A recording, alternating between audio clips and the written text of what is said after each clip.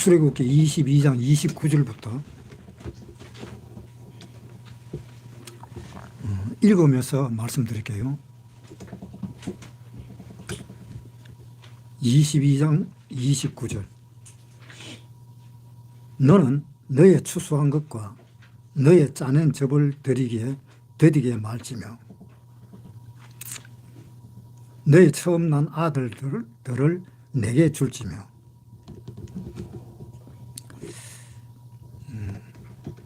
너는 너의 추수한 것과 너의 짜낸 즙을 드리게 말라. 그러니까 추수할 때 추수한 것의 그 수확물, 그리고 짜낸 즙을 드리게 말라.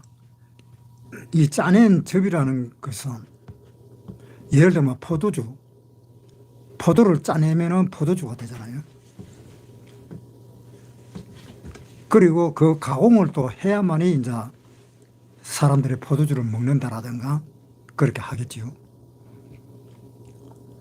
이 말씀은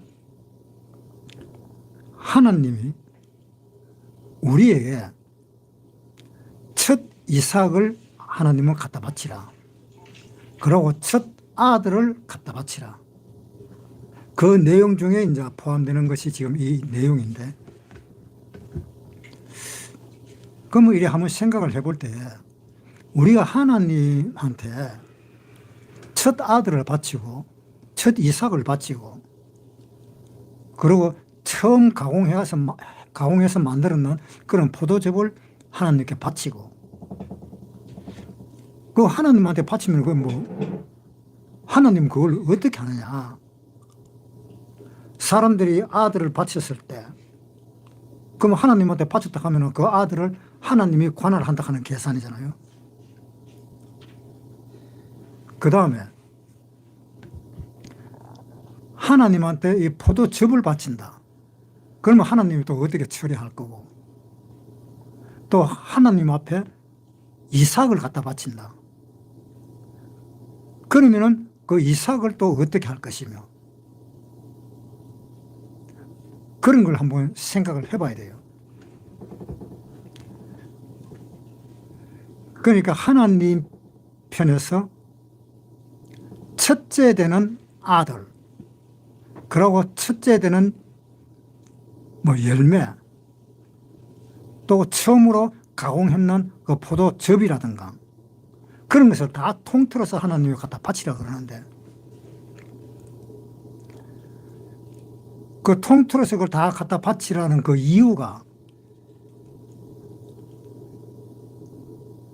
하나님이 아들을 갖다 바치라 그랬을 때에 왜 하나님이 아들을 갖다 바치라 그러느냐. 아들을 갖다 바치라 하는 그 이야기는, 그 이야기 속에 무엇까지 들어있는가 하면은, 나는 내가 사랑하는 아들을, 그것도 외아들이고 그 외아들을 너희를 위해서 갖다 바쳤지 않았느냐. 그러니까 그 갖다 바쳤다는 그 말은 너희를 위해서 내 아들을 희생시키지 않았느냐. 그러니까 너희도 너의 아들을 희생시켜라 이런 뜻입니다. 그 희생시켜라는 그 뜻은 갖다 바쳐라 이 뜻이죠. 그러니까 갖다 바치면 하나님은 뭘 하느냐. 동물을 갖다 바쳤을 때는 그 동물을 희생시키는 거고, 그 동물을 죽이는 거죠. 희생시키는 거고, 사람을 갖다 바쳤을 때는 사람을 죽이지는 못하니까. 왜 죽이지 못하냐. 하나님이 갖다 바치는 그 사람은 그냥 죽이면 안 되잖아요. 그냥 죽이면 그 사람이 지옥으로 가게 되잖아요. 그러니까 하나님이 사람은 죽이지를 못하니까, 또 죽인다 할지라도 죄 있는 사람이기 때문에 아무 쓸모가 없으니까, 그러니까 사람을 갖다 바칠 때는 천상 대속을 해서 하나님이 받겠다는 겁니다. 그러니까 그 대속을 어린 양이라든가 염소라든가 그런 것으로 대속을 해서 하나님은 받겠다는 이야기지요. 그러면 그러한 양이나 염소 같은 것으로 대속을 했을 때에 그 대속을 한 그 양들이 죽고 그 대속이 되어진 그 사람은 하나님의 자녀가 되는 그러한 길이 열려 있다는 겁니다. 그러니까 하나님은 내한테 바치라 하는 그 말은 하나님한테 바쳐진 그 사람이 다른 것의 짐승이나 그러한 양들이나 그런 것으로 대속을 하면은 그 아들은 다시 살게 되잖아요. 원래는 죽어야 되는데, 원래는 하나님이 죽여야 되는데 사람은 죽이지는 못하니까, 죽이면 바로 지옥으로 떨어져 버리니까. 그러니까 대속을 해야 된다. 29절에 다시 보겠습니다. 너는 너의 추수한 것과 너의 짜낸 즙을 드리게 하지 말지며. 추수한 것과 너희가 짜낸 즙을 드리기를 지체하지 마라. 그걸 빨리 하나님한테 드려라.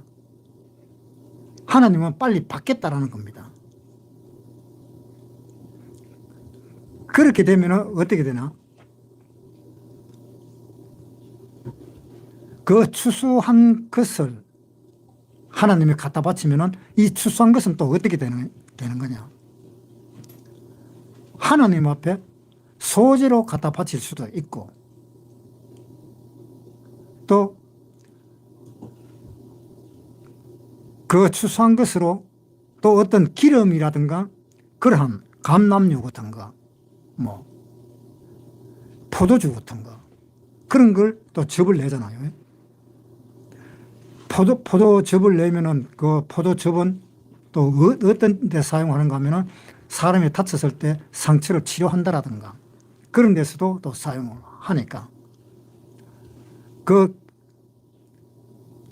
포도즙이라든가 그러한 것을 하나님이 받아가지고 전제를 드릴 때에 또 필요한 거예요, 그게.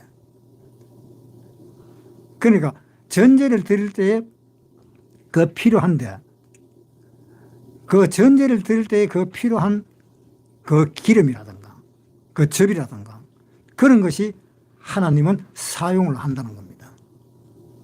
그러니까 빨리 갖다 바쳐라. 그것을 갖다 바치기를 빨리 갖다 바쳐야지 천천히 갖다 바친다는 것은 하나님한테 별로 바치고 싶은 마음이 없다라는 것을 하나님은 그렇게 생각을 하겠다는 겁니다. 별로 바칠 마음 없고 그냥 어쩔 수 없이 그 강요에 못 이겨서 바치는 듯한 그러한 인상을 주어서는 안 된다는 겁니다. 왜냐? 하나님이 자기 아들을 갖다 바쳤을 때에 내가 이걸 갖다 바쳐야 될까 말아야 될까, 갖다 바쳐야 될까 말아야 될까, 이렇게 생각하면서 천천히 갖다 바친다면은 그거는 뭔가 문제가 있다. 사람도 그렇잖아요. 어떤 사람 보고 이거 해라 저거 해라 했는데 그 일 하는 걸 갖다가 그렇게 하기 싫어가지고 꾸역꾸역 시간만 잡아먹고 그렇게 일을 하는 사람이 있다면은 대뜸 한다는 말이 그만둬라 내가 할게, 이 이야기가 나올 것입니다. 사람이 사는 세상에서도 바로 하나님이 그거라는 겁니다. 그것을 하나님은 자기 그 마음껏 자기가 원해서 그것을 바쳐야 되는데 그렇지 못하면 안 된다는 겁니다. 하나님이 자기 외아들을 갖다 바쳤을 때에 그러한 마음으로 갖다 바치지는 않았다. 하나님은 즐거운 마음으로 갖다 바쳤다. 그러니까 너희도 그렇게 갖다 바치라, 이런 이야기입니다. 하나님이 어떻게 해서 즐거운 마음으로 갖다 바쳤느냐? 자기 아들이 죽음으로 인해서 많은 아들을 얻기 위해 그걸 생각하니까 하나님은 빨리 하루라도 빨리 갖다 바쳐서 그러한 상황을 빨리 만들고 싶은 것이, 그것이 하나님의 마음인 겁니다. 요한복음에 한번 보겠습니다. 요한복음 12장 14절. 내가 진실로 진실로 너희에게 이르노니 하늘의 밀이 땅에 떨어져 죽지 아니하면 하늘 그대로 있고 죽으면 많은 열매를 맺느니라. 여기에 진실로 진실로 너희에게 이르노니 하늘의 밀이 땅에 떨어져 죽지 아니하면 하늘 그대로 있고 죽으면 많은 열매를 맺는다. 그러니까 하늘의 밀이 누군가 하면은 예수님이잖아요. 그 하늘의 밀이 그 예수님이 이 세상에 와서 죽으면 예수님과 같은 똑같은 그 열매가 엄청나게 많이 열린다는 겁니다. 한 번씩 우리 쌀 같은 거, 그런 농사를 지으면은 쌀을 하나를 심었는데 그 열매에서 나오는 것 쌀알이 한 몇 개나 될까? 아무리 안 돼도 한 50개, 100개는 될 거 아닙니까? 그러니까 그 100배가 될 정도로 그 알을 많이 만드는 겁니다. 그게 왜? 한 알이 땅에 떨어져서 죽었기 때문에. 이 썩은 건 아닙니다. 썩은 거는 생명이 없어지는 거예요. 그래서 죽으면은 많은 열매를 맺게 되잖아요. 그래서 하나님이 자기 아들을 이 땅에 내려 보낼 때에 어떤 마음으로 내려 보냈을까요? 우리가 하늘의 밀을 심을 때에 어떤 마음으로 심을까요? 그 즐거운 마음으로 심는 거지, 그 심기 힘들어갖고 귀찮아가지고 그렇게 심는 것이 아니다라는 겁니다. 그러니까 하나님한테 드려지는 그 첫 열매를 심을 때에 어떤 마음으로 심겠느냐? 즐거운 마음으로 심는다는 겁니다. 그런데 그것을 즐겁지 않은 마음, 심기 싫어하는 마음으로 심어서는 하나님의 만족을 못 한다는 겁니다. 왜? 하나님이 자기 아들을 심었을 때에 얼마나 즐거운 마음으로 심었을까? 자기 아들이 희생되고 죽는 것이 물론 마음에 아프지만은 그 아픈 그 마음일지라도 하나님은 그 아픈 마음 속에서 즐거운 마음이 있었던 겁니다. 사람도 마찬가지입니다. 사람도 하늘의 밀을 심을 때에 그 즐거운 마음이 있을 겁니다. 그래서 사람도 네 첫 아들을 하나님한테 바치라. 왜? 내가 내 아들, 외아들을 바치지 않았느냐? 그러니까 내 외아들을 바쳐서 너희를 다 살려준 거야. 너희를 다 살려준 건데, 그럼 너희는 이제 사는 것이 누구의 삶으로 사느냐? 갈라디아서에 한번 보겠습니다. 갈라디아서 2장 20절. 내가 그리스도와 함께 십자가에 못 박혔나니 그런즉 이제는 내가 산 것이 아니요 오직 내 안에 그리스도께서 사신 것이라. 하나님이, 본체이신 이 하나님이 돌아가셨습니다. 물론 아들 예수님이라고도 합니다. 또 본체인 하나님이라고도 합니다. 왜? 하나님은 삼위일체의 하나님이시니까. 그걸 잠깐 보겠습니다. 빌립보서 2장 5절 읽겠습니다. 너희 안에 이 마음을 품으라. 곧 그리스도 예수의 마음이니 그는 근본 하나님의 본체시나, 그는 근본 하나님의 본체시다 그랬습니다. 그건 누굽니까? 하나님이잖아요. 하나님이 돌아가신 겁니다. 하나님이, 본체의 하나님이신 그 하나님이 육신의 성자의 하나님인 이 예수를 내려보낸 겁니다. 그래서 그 예수를 죽인 겁니다. 그 예수님을 죽였을 때 하나님은 기쁜 마음으로 죽였다는 겁니다.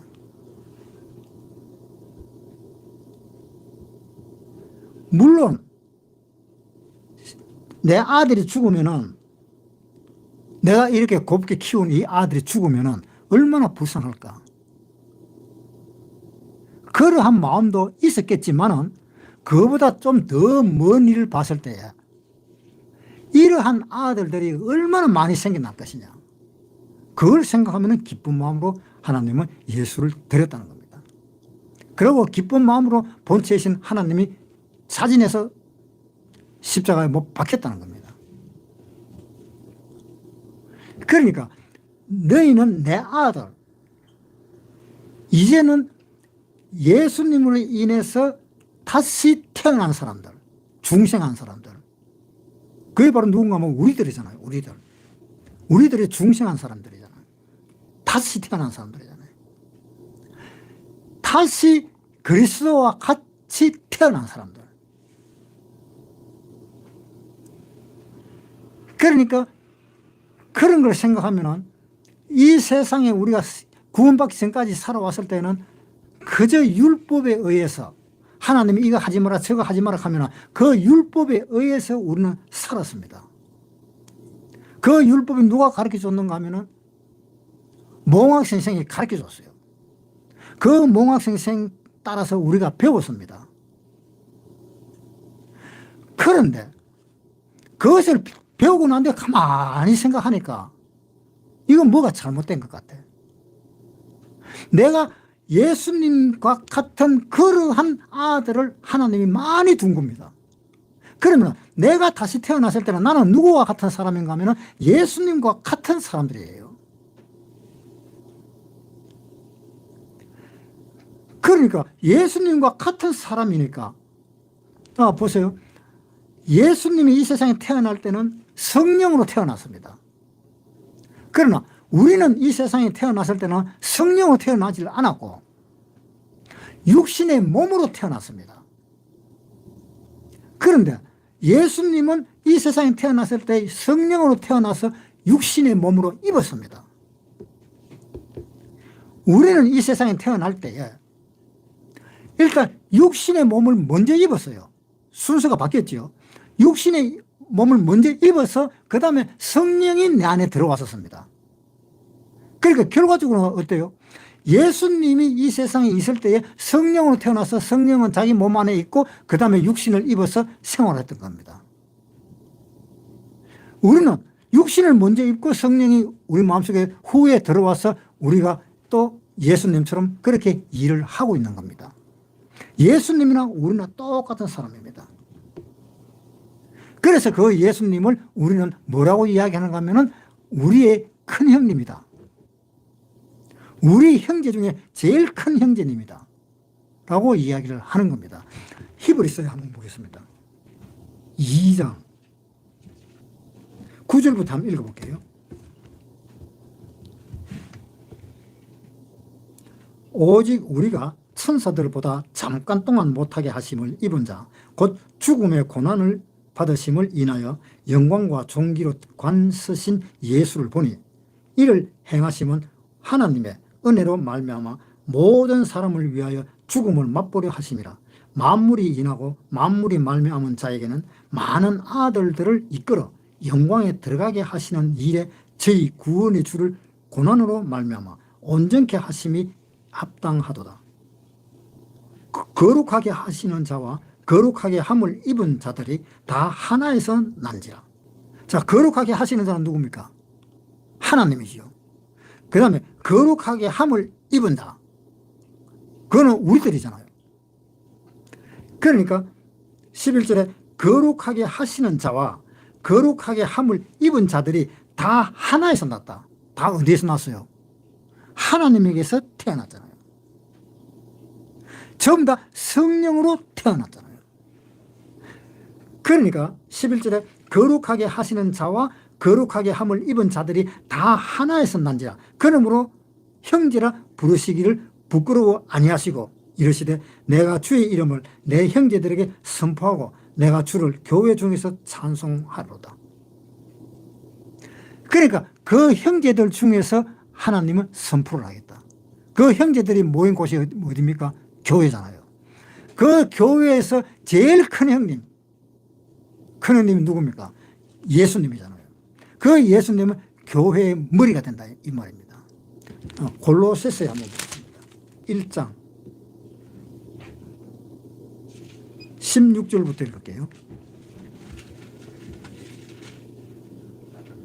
만물이 그에게 창조되되 하늘과 땅에서 보이는 것들과 보이지 않는 것들과 혹은 보좌들이나 주관들이나 정사들이나 권세들이나 만물이 다 그로 말미암고 그를 위하여 창조되었고 또한 그가 만물보다 먼저 계시고 만물이 그 안에 함께 섰느니라.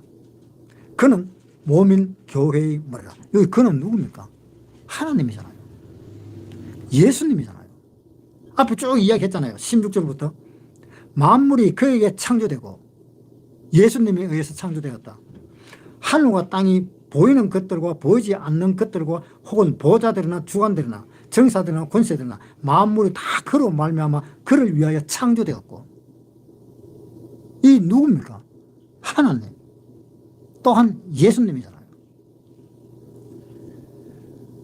주관들이나 정사들이나 권세들이나 만물이 다 그로 말미암고 그를 위하여 창조되었고 그 예수님을 위해서 창조되었고 하나님을 위해서 창조되었고 또한 그가 만물보다 먼저 계시고 예수님이 만물보다 먼저 계시고 하나님이 만물보다 먼저 계시고 만물이 그와 함께 섰느니라. 만물이 누구와? 하나님과 함께 섰다. 그는 누구냐? 몸인 교회의 머리라. 교회의 머리는 예수님이다. 그러니까 하나님은 그렇게 해서 자기 아들을 이 세상에 내려보내서 그 몸인 교회의 머리로 만들기 위해서 예수님을 이 세상에 보내신 겁니다. 그러니까 하나님은 그것이 얼마나 기다리고 하나님은 그것을 원했을까? 그러한 마음에서 하나님은 예수님을 이 세상에 보내신 겁니다. 자기 아들, 자기 자신이 죽는다는 것도 물론 마음은 안 되었지만 그러나 그 죽는다는 그 마음보다 실질적으로 더 기쁜 마음이 있었던 겁니다. 한번 보세요. 결혼해서 남자하고 여자가 둘이 사는데 남자가 여자를 위해서 여자가 좋아하는 걸 사주고 여자가 좋아하는 그 좋아하는 일을 하도록 두고 또 여자가 싫어하는 것들은 또 이 남자가 다 해주고 그렇다면 이 남자는 여자가 좋아하는 밥을 사줄 때에 어떤 마음일까? 이 남자도 좋아하는 마음이잖아요. 아유, 이거 우리 마누라가 좋아하는 음식인데 하면서 그걸 사다 줬을 때에 자기 부인이 맛있다 그러고 그렇게 좋아하잖아요. 그러한 것처럼 자기 부인에게 원하는 대로 해주는 것을 그렇게도 좋아하는 겁니다. 그게 바로 하나님의 마음이에요. 그러니까 하나님이 봤을 때는 형제들이 모여서 그렇게 생활하는 그 생활을 보고 하나님은 그렇게 좋아했던 겁니다. 한번 보세요. 시편 133편 한번 보세요. 1절부터 형제가 연합하여 동거함이 어찌 그리 선하고 아름다운고 머리에 있는 보배로운 기름이 수염 곧 아론의 수염에 흘러서 그 옷깃까지 내림 같고 헐몬의 이슬이 시온의 산들에 내림 같도다. 거기서 여호와께서 복을 명하셨나니 곧 영생이로다. 형제가 연합하여 동거하는 것을 하나님이 볼 때는 얼마나 그걸 기쁘게 보고 그걸 아름답게 봤을까. 하나님은 하늘에서 이 교회를 볼 때는 엄청나게 아름답게 본다는 겁니다. 하나님은 그 아름다운 그 교회에다가 하나님은 목숨을 거는 겁니다. 그 교회를 하나님은 계속 보시는 겁니다. 자, 보세요. 요한계시록 2장 1절부터 잠깐만 읽어보겠습니다. 에베소 교회의 사자에게 편지하기를 오른손에 7별을 붙잡고 7 금촛대 사이에 다니시는 이가 가라사대. 자, 이 하나님은 어디를 지금 다니고 있어요? 금촛대 사이를 다니고 있습니다. 그 다음에 8절에 보겠습니다.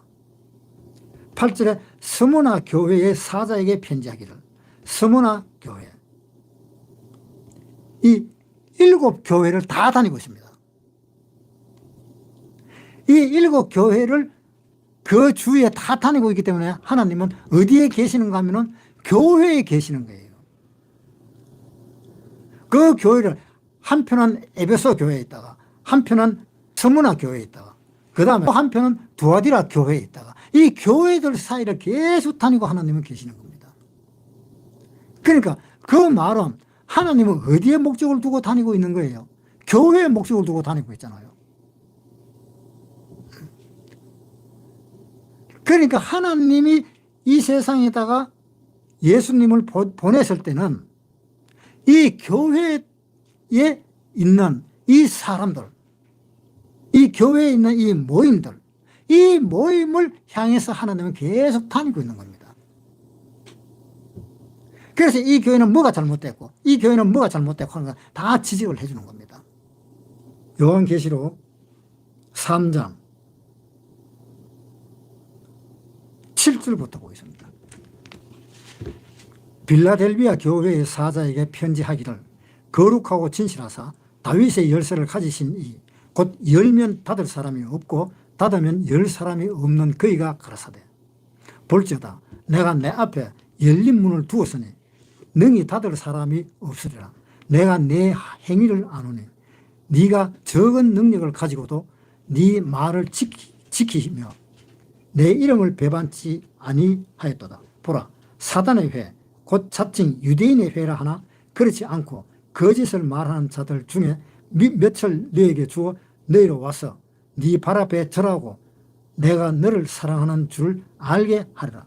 내가 나의 인내의 말씀을 지켰은즉 내가 또한 너를 지키시어 시험의 때를 면하게 하리니 이는 장차 온 세상에 임하여 땅에 거하는 자들을 시험할더라. 내가 속히 임하리니 네가 가진 것을 굳게 잡아 아무나 네 멸류관을 빼앗지 못하게 하라. 이기는 자는 하나님과 성전의 기둥이 되게 하리니 그가 결코 다시 나가지 아니하리라. 내가 하나님의 이름과 하나님의 성 곧 하늘에서 내 하나님께로부터 내려오는 새 예루살렘의 이름과 나의 새 이름을 그 위에 기록하리라. 귀 있는 자는 성령이 교회들에게 하시는 말씀을 들을지어다.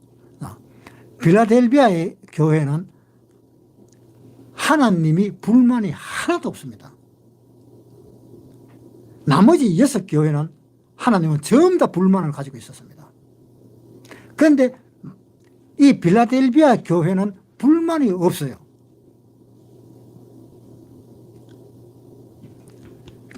그러니까 이 불만이 없는 이 교회를 하나님은 얼마나 사랑했을까.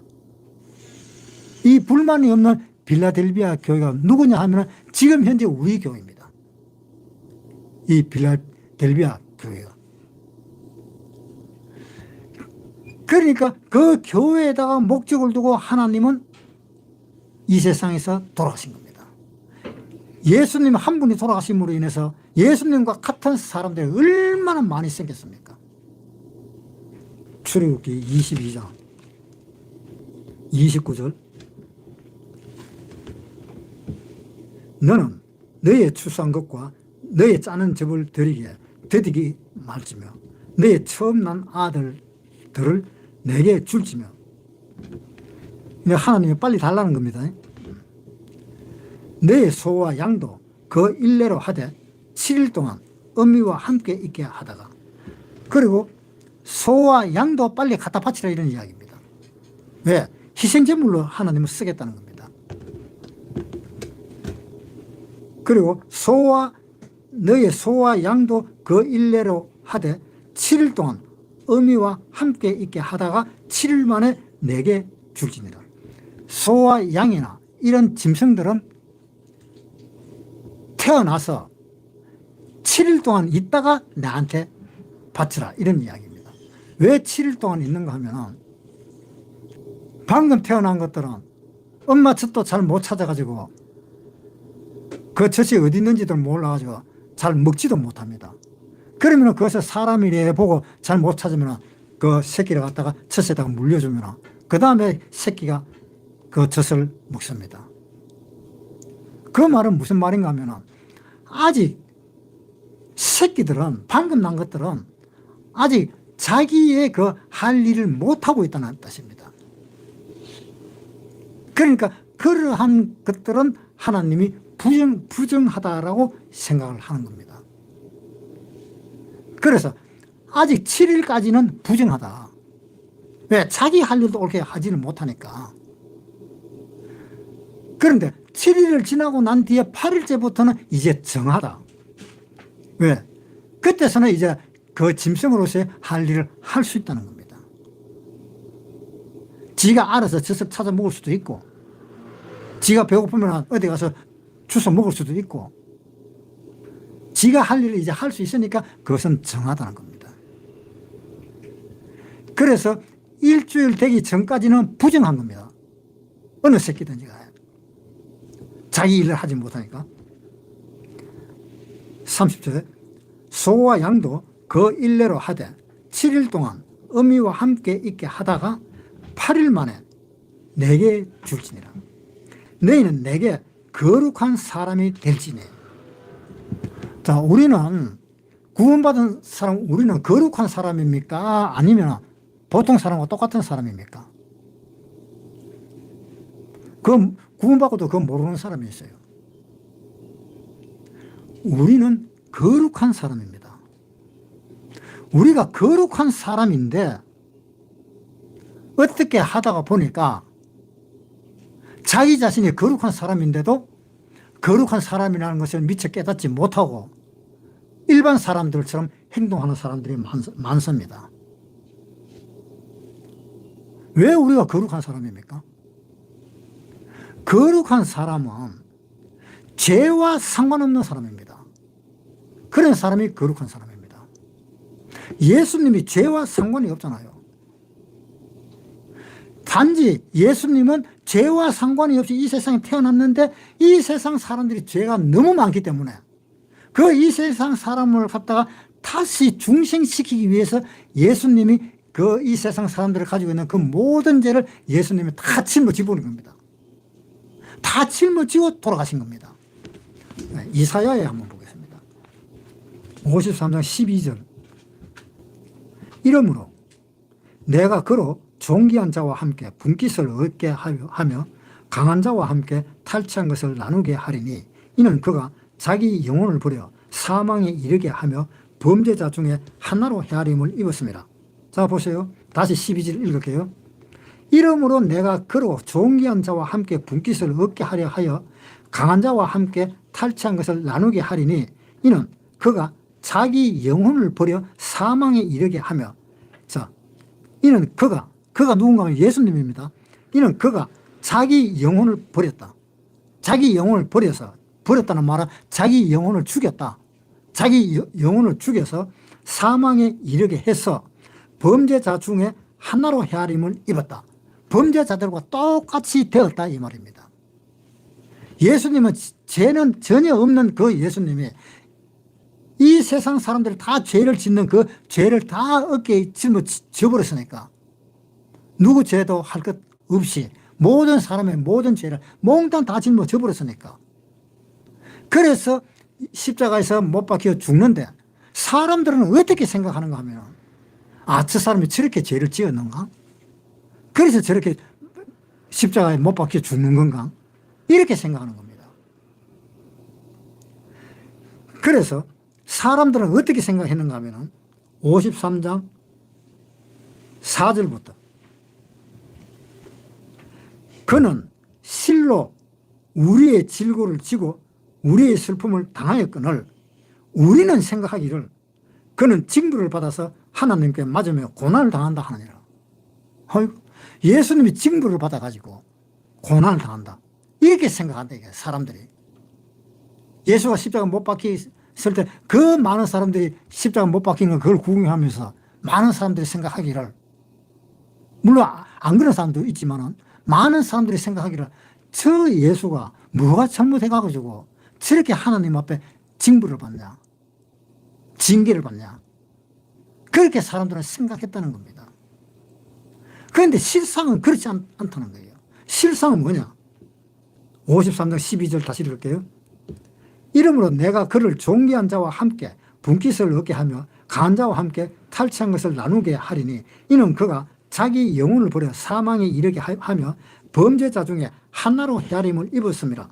그러나 실상은 그가 많은 사람의 죄를 지며 범죄자들을 위하여 기도하였었느니라. 범죄자를 위해서 기도를 어떻게 했습니까? 네, 저 사람들을 좀 용서해 주십시오. 누가복음 23장 34절. 이에 예수께서 가라사대 아버지여 저희를 사하여 주옵소서.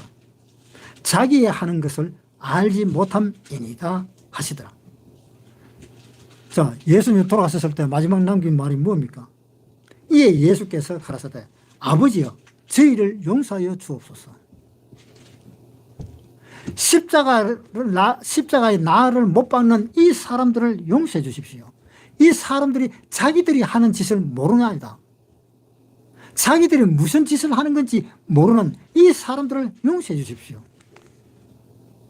라고 예수님은 그렇게 이야기했습니다.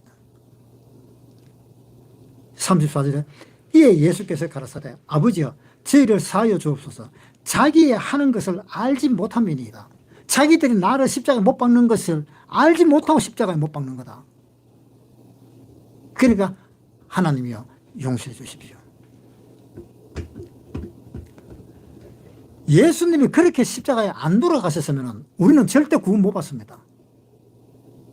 예수님이 십자가 못 박혔기 때문에 우리가 구원받은 겁니다.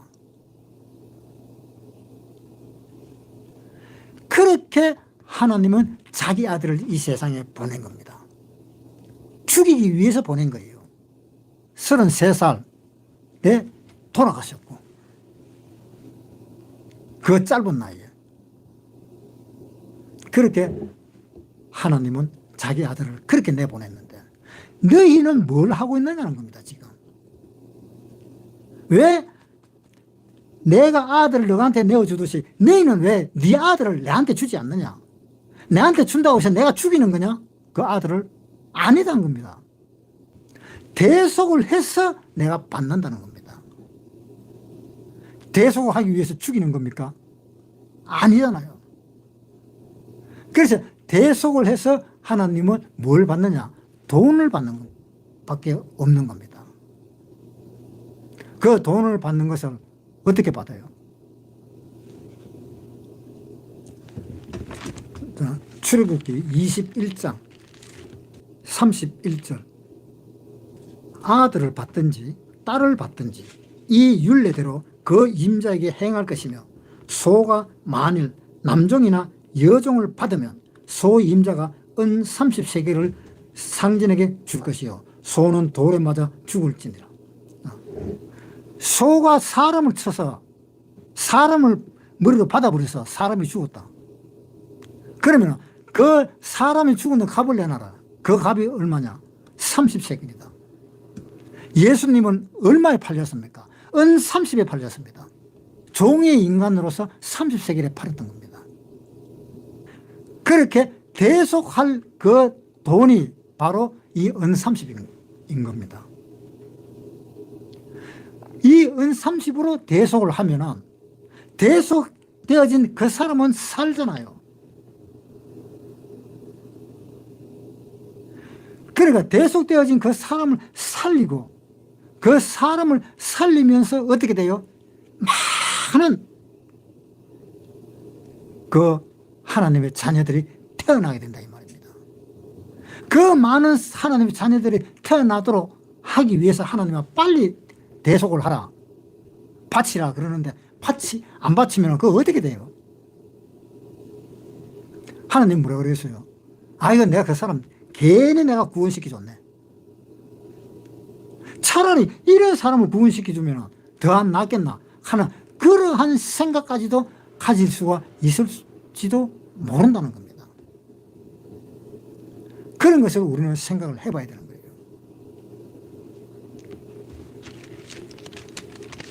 출애굽기 22장 30절부터 너희 소와 양도 그 일례로 하되 7일 동안 어미와 함께 있게 하다가 8일 만에 내게 줄지니라. 너희는 내게 거룩한 사람이 될지니. 자, 그렇게 해서 많은 사람이 태어났다. 그 많은 사람이 태어난 것이 뭐냐? 율법은 뭐라고 이야기하는가 하면 너희는 내가 거룩한 했듯이 너희도 거룩하라라고 율법은 이야기하고 있습니다. 그것은 율법입니다. 거룩하라 하는 그 말은. 그런데 하나님은 우리 보고 뭐라고 이야기하는가 하면 너는 이제 거룩해졌다라고 이야기를 합니다. 한마디로 거룩해진 것을, 이 거룩이라는 것을 내가 너희에게 선물로 줬다 이 말입니다. 그래서 우리는 거룩한 사람이다. 어떻게 해서요? 예수님과 똑같은 사람이잖아요. 예수님은 우리의 맏형입니다. 우리는 둘째면 둘째, 예수님이 첫째고 우리는 둘째 형제간입니다. 형제간. 그 형제간인데 우리는 예수님처럼 그렇게 살아야 되지 않느냐 이 말입니다. 우리가 율법을 지켜가면서 내 앞에 다른 신을 두지 마라, 오른밤 때 뭐 왼밤도 돌려대라, 그런 말을 듣고 어떤 사람은 내 오른밤을 때리니까 내가 왼밤을 대놔야지, 그러면 내가 천국을 가지 않느냐, 이것이 아니다 이 말입니다.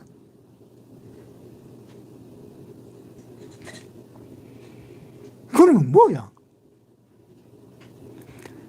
내가 하는 일은 내가 하나님의 아들로서 이 세상에 어떻게 살아야 될 것이냐라는 것을 기억하라는 겁니다. 어떤 일이 닥쳤을 때 하나님이라면 이것을 어떻게 처리했을까? 그걸 생각해 보라는 겁니다. 그것이 하나님이 우리에게 주시는 그 사랑으로 사는 것입니다. 우리는 율법을 지키는 사람이 아닙니다. 우리는 하나님의 사랑을 먹고 사는 사람들입니다. 보세요. 요한일서 4장 7절부터 사랑하는 자들아 우리가 서로 사랑하자. 사랑은 하나님께 속한 것이니 사랑하는 자마다 하나님께로 나서 하나님을 알고 사랑하지 아니하는 자는 하나님을 알지 못하나니. 자, 우리가 구원을 받았으니까, 구원을 받고 나니까 뭘 알게 됐어요? 하나님을 알게 됐잖아요. 하나님이 이 세상에서 하는 그 일이 우리를 사랑하는 것이 하나님의 일이구나라는 것을 우리가 알게 되었잖아요. 그런데 구원을 못 받은 사람은 하나님의 사랑을 알 수 있습니까? 천만에 절대로 못합니다. 구원 못 받은 사람은 입으로는 하나님을 사랑한다고 이야기합니다. 하나님이 이처럼 사랑하사 입으로는 그렇게 이야기합니다. 그러나 마음에는 전혀 동요하지가 않아요. 구원 안 받은 사람은. 구원 안 받았을 때 교회 다녀본 사람들 있습니까? 그런 사람이 있으면 한번 이야기를 한번 해보세요. 내가 구원받기 전에 교회 열심히 다녀갖고 내 나름대로 하나님을 위해서 열심히 살았다는 사람, 구원받기 전에 그 열심히 살았는 그 마음이 내 마음과 하나님 마음이 일치가 되어서 움직여지더냐 이 말입니다. 안 움직이지잖아요.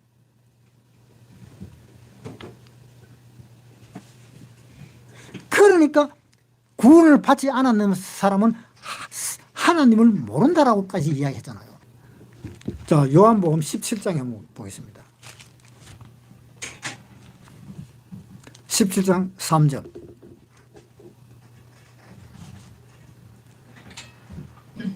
영생은 곧 유일하신 참 하나님과 그의 보내신 자 예수 그리스도를 아는 것이다. 알면은 영생인데 그걸 모르기 때문에 영벌에 들어가는 겁니다. 그렇잖아요. 알면은 영생이야. 우리 구원받은 사람들 다 알았어요? 다 몰랐습니까? 하나님이 어떤 분이라는 걸 다 알았잖아요. 다 알기 때문에 구원을 받은 겁니다. 모르면 구원 못 받아요. 그래서 하나님은 사랑이다. 하나님의 사랑을 알게 되었잖아요. 하나님의 사랑을 받은 사람들이 바로 뭡니까? 하나님의 자녀들이잖아요. 출애굽기 22장 31절 너희는 내게 거룩한 사람이 될지니 들에서 짐승에게 찢긴 것과 고기를 먹지 말고 개에게 던질지니라. 이 개도 하나님 앞에서는 부정한 동물입니다. 하나님 앞에서 이 개도 부정한 동물인데 이 부정한 동물한테 부정한 것을 던져줘도 괜찮다는 이야기입니다. 왜? 들에서 짐승에게 찢긴 것. 이미 짐승이 상처가 났잖아요. 상처가 난 것은 하나님 앞에 절대로 드릴 수가 없습니다. 예를 들어 이래 생각을 해보세요. 우리가 사과를 갖다가 이래 사는데 사과 표면을 보니까는 표면이 썩어서 표면이 썩어가지고 있는 것들을 우리가 돈을 주고 사겠습니까? 안 사잖아요. 귤을 샀더니 뭐나 한쪽이 뭉그러들어서 뭉그러드는 걸 사겠어요? 안 사잖아요. 사람도 안 사는데 하나님이 살 것 같아요? 이 짐승을 갖다 바치는데 짐승이 다리가 하나 부러져 버려서 그 하나님한테 갖다 바치겠어요? 우리한테 갖다 바치더라도 이 다리가 부러진 거 그것을 먹겠어요? 어떠한 경우에 어쩔 수 없어서 먹지만 그것을 즐겨서 먹는 사람은 없을 겁니다. 사람도 그렇게 원하지는 않는데 하나님은 오죽할까? 그래서 짐승한테 찢긴 고기, 물린 고기, 상처난 고기, 그리고 피도 완전히 빠지지도 않고 피도 멈춰져 있는 그런 고기, 그런 것을 하나님은 안 받습니다. 그러니까 그런 거는 아예 개한테 주려고 집어 던져버리라 라고 이야기하고 있습니다.